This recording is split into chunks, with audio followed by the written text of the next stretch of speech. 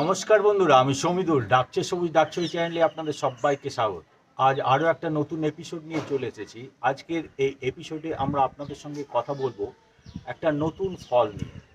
এই ফলটি কি এবং এই ফলটির কি নাম, বৈজ্ঞানিক নাম কি, এই ফলটি কোন পরিবারভুক্ত, এই ফলটির স্বাদ এবং পুষ্টি কীরকম, এই ফলটিকে কেন ফলের রানী বলা হয় এবং এই ফলটি কোন অঞ্চলে বেশি পাওয়া যায়, সমস্ত বিষয় নিয়েই আজ আপনাদের সঙ্গে কথা বলব। তো আসুন আমরা মূল পর্বে চলে যাই। যে ফলটি নিয়ে আমরা আজ আলোচনা করব সেই ফলটির নাম হচ্ছে ম্যাঙ্গোস্টিন।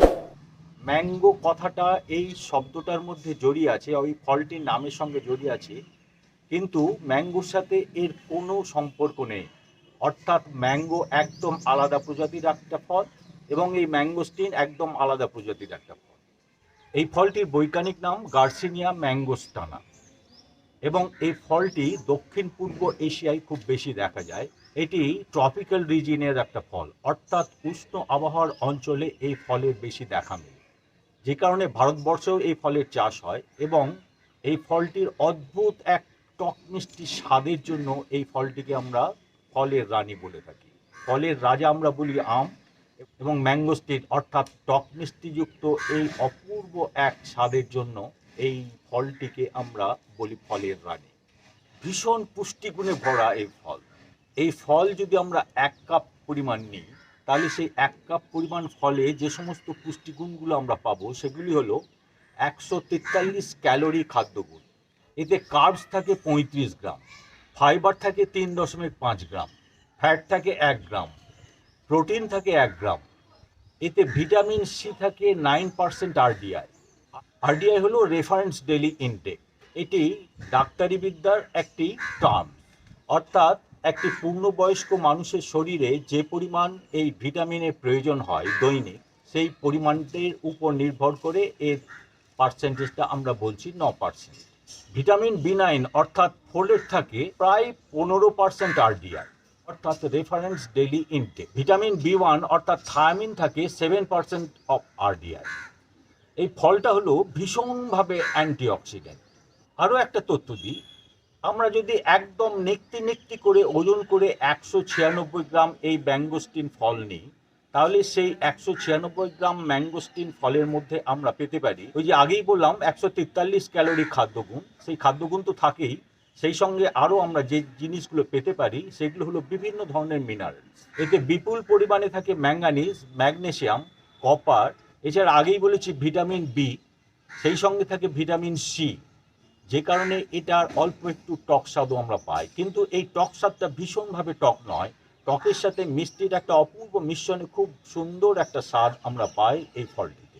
এছাড়াও এতে আছে ফোলেট এবং জ্যানথোনসের মতো নানান ধরনের যৌগ পদার্থ, যেগুলি আমাদের শরীরের পক্ষে খুবই প্রয়োজনীয় এবং এগুলির ইনটেক না হলে পরে আমাদের শরীরে নানা রকম ঘাটতি দেখা যায়। এর থেকে আমরা শারীরিকভাবে যে গুণগুলি পেতে পারি সেই গুণগুলি দিয়ে আমরা এবারে আলোচনা করে নিতে পারি।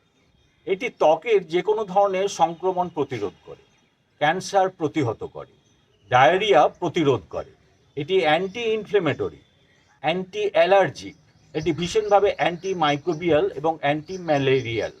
তবে কোনো ফলই যেমন খুব বেশি মাত্রায় খাওয়া আমাদের শরীরের পক্ষে উপযোগী নয়, ঠিক তেমনি এই ফলটিও খুব বেশি মাত্রায় খাওয়া ঠিক হবে না। এটি আমাদের শরীরে রক্তপাত ঘটলে রক্ত জমাট বাঁধার ক্ষেত্রে যে শক্তির প্রয়োজন হয় সেই শক্তি কিছুটা হ্রাস ঘটিয়ে দেয়, ফলে সেটি মারাত্মক হয়ে উঠতে পারে। সেই কারণে খুব বেশি পরিমাণে এই ফল খাওয়া উচিত নয়।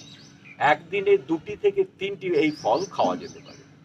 এটি অ্যান্টি ডায়াবেটিকও, অর্থাৎ যাদের শরীরে সুগার লেভেল অত্যন্ত বেশি এবং যারা সুগার লেভেলের জন্য নানা রকম পথ্য গ্রহণ করে থাকেন, তারা এই ফলটি খেলে পরে কিছুটা সুবিধা পাবে। এই ফলটি ক্লসিয়াসি পরিবারভুক্ত একটি ফল এবং আমাদের ছেলে এবং মেয়ে উভয়েরই মাথার চুলের পরিমাণ বৃদ্ধি করে। এর বীজগুলিও খুব একটা ক্ষতিকারক নয়, খেয়ে নেওয়া যেতে পারে, তবে কিছুটা তিতো স্বাদে, অর্থাৎ অল্প একটু হালকা তিতো হয়ে যেতে পারে মুখটা, কিন্তু এই বীজগুলি খেলে পরে শরীরে কোনো ক্ষতি হয় না। ম্যাঙ্গোস্টিন এবং ম্যাঙ্গো, এই যে দুটি ফলেরই নামের আগে ম্যাঙ্গো কথাটি আছে, কিন্তু একই পরিবারভুক্ত ফল নয় এবং সম্পূর্ণ আলাদা দুটি ফল। তবু এই ফলের যে মিল রয়েছে সেই মিল হলো ওই নামেরই মিল এবং দুটি ট্রপিক্যাল রিজিয়নের ফল, এবং এই দুটি প্রচুর পরিমাণে উৎপন্ন হয় আমাদের দেশেও। এখন প্রশ্ন, এই ফলটি কি আমরা ছাদ বাগানে রোপণ করতে পারি, অর্থাৎ এই ফলের গাছ কি ছাদ বাগানে রোপণের উপযোগী? হ্যাঁ, এর উত্তর যদি দিতে হয় তাহলে আমাদের অবশ্যই বলতে হবে আমরা এটি ছাদ বাগানেও রোপণ করতে পারি। তবে এটি গ্রাফটেড চারা রোপণ করাই যুক্তিযুক্ত ছাদ বাগানের ক্ষেত্রে, এবং গ্রাফটেড চারা রোপণ করলে ছাদ বাগানে তবেই আমরা এই ফল গাছ থেকে ফল আহরণ করতে সক্ষম হতে পারি। সেই কারণেই আমি এই ফলের চারা কোথায় পাওয়া যাবে তার খোঁজ নিতে শুরু করি, এবং নেট ঘেটে পাই সুদূর কেরালায় এই ফলের চারা বিভিন্ন নার্সারি থেকে সংগ্রহ করা যেতে পারে। সেই মতো আমি অ্যামাজনে অর্ডার দিই, এবং অ্যামাজন আমাকে কেরল থেকে এই চারাটি সংগ্রহ করে কুরিয়ারের মাধ্যমে গতকাল পাঠিয়ে দিয়েছেন, এবং গতকাল আমার হাতে এসে পৌঁছেছে। তবে দীর্ঘ 1000 মাইল পথ পাড়ি দিয়ে, যেহেতু কেরল থেকে পশ্চিমবাংলার বীরভূম জেলার সদর শহর এই সিউড়িতে আমার বাড়িতে গতকাল এসে পৌঁছেছে, এটি গতকাল রাত্রে আমি আর আনবক্স করিনি। আজ সকালবেলায় অর্থাৎ এই ভোরে আমি এই গাছটি আনবক্স করছি। আনবক্স করে আমরা দেখে নেব গাছটি কেমন অবস্থায় রয়েছে। এত দূর জার্নি করার ফলে তার জার্নি শখ কতটা হলো। আসুন এবার আমরা এই প্যাকেজটি আনবক্স করে দেখে নিই এর ভেতরে গাছটি কেমন অবস্থায় রয়েছে। তবে এটি দেখার আগে আমি এই প্যাকেজটির সম্পূর্ণ রূপটি আপনাদের সামনে ক্লোজ আপে তুলে ধরি। আসুন আমরা ক্লোজ আপে দেখে নিই প্যাকেজটি কি অবস্থায় আমার হাতে এসে পৌঁছেছে। প্যাকেজটি যে অবস্থায় আমার হাতে এসে পৌঁছেছে সেটি আমরা একটু কাছ থেকে দেখে নিই। এই হচ্ছে প্যাকেজটির অবস্থা। অর্থাৎ জার্নিকালে এটি যে খুব সুন্দরভাবে হ্যান্ডলিং হয়েছে তা নয়, প্যাকেজটি দুমড়ে মুচড়ে একাকার অবস্থায় পৌঁছে গেছে। আমি জানি না এর ভেতরে চারাটি আনইনজিওর্ড অবস্থায় আছে কিনা। আনবক্স করলেই আমরা দেখতে পাবো এটি কোনো রকমভাবে ইনজুরি পেয়েছে কিনা, এবং ভেতরে জার্নি শক পেয়ে এই চারাটি কি অবস্থায় এখন রয়েছে। তো আসুন এবার আমরা এই প্যাকেজটি ওর নিজ সমস্ত দিকটাই সম্পূর্ণভাবে দেখে নেওয়ার পর এটি ওপেন করি, এবং ওপেন করে ভেতর থেকে আমাদের গাছটি বের করে নিই।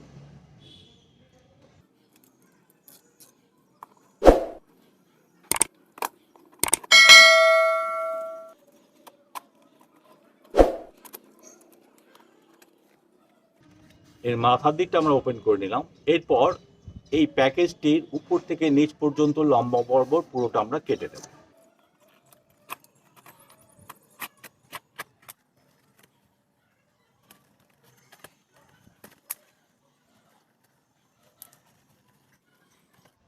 প্যাকেজের ভিতরে গাছটি রয়েছে ঠিক এরকম, অর্থাৎ এই হচ্ছে রুট বল, এবং এই হচ্ছে তার পাতার অংশটি।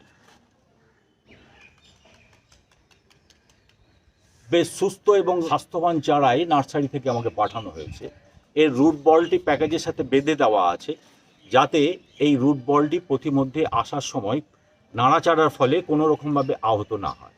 এবার আমরা এই রুট বলের এই রিবনটি কেটে নিয়ে এই চারাটি এই প্যাকেজ থেকে বের করে নেব।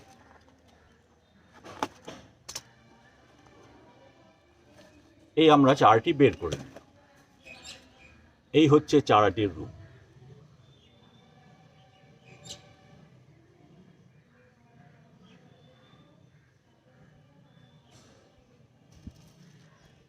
চারাটি বেশ সবুজ এবং সতেজ,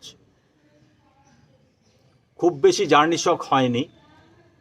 যেহেতু প্যাকেজটিতে জানলা করে দেওয়া ছিল, দুই বিপরীতমুখী দেওয়ালে জানলা থাকার ফলে এর ভেতরে অক্সিজেন প্রবাহ অব্যাহত থেকেছে, এবং সেই কারণে চারাটির জার্নিশক অনেকটা প্রতিহত হয়েছে এবং বেশ সুস্থ অবস্থাতে রয়েছে।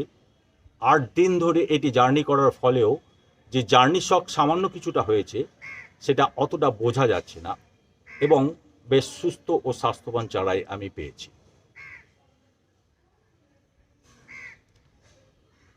তো চারাটি আনবক্স করার পর আমি এই অবস্থায় পেলাম।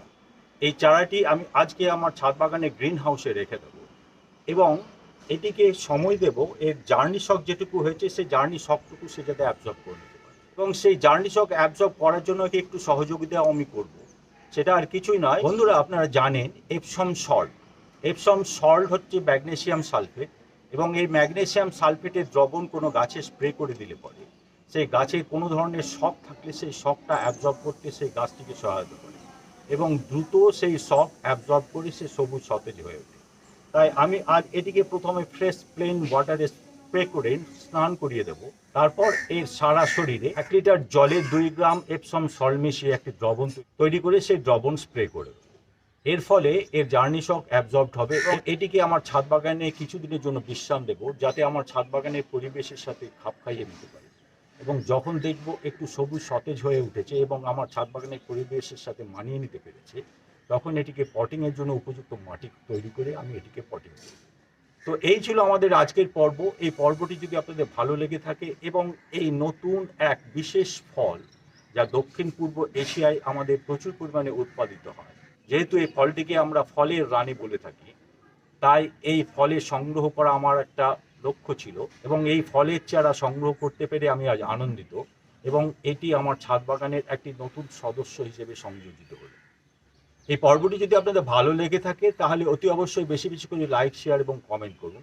এবং যারা আমাদের চ্যানেলটি সাবস্ক্রাইব করে দিয়েছেন তাদের আমি অসংখ্য ধন্যবাদ জানাই এবং আমার আন্তরিক কৃতজ্ঞতা জ্ঞাপন করি।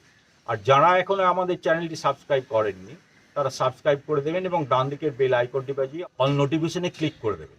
তাহলে পরবর্তী পর্যায়ে এরকম ছোট্ট ছোট্ট সুন্দর মিষ্টি যে সমস্ত এপিসোডগুলি আমরা নিয়ে আসবো তা অতি দ্রুত সরাসরি আপনাদের কাছে পৌঁছে যাবে। আজ তবে আসি, আপনাদের সকলে শুভ হোক, মঙ্গল হোক, আপনারা সবাই ভালো থাকুন। নমস্কার।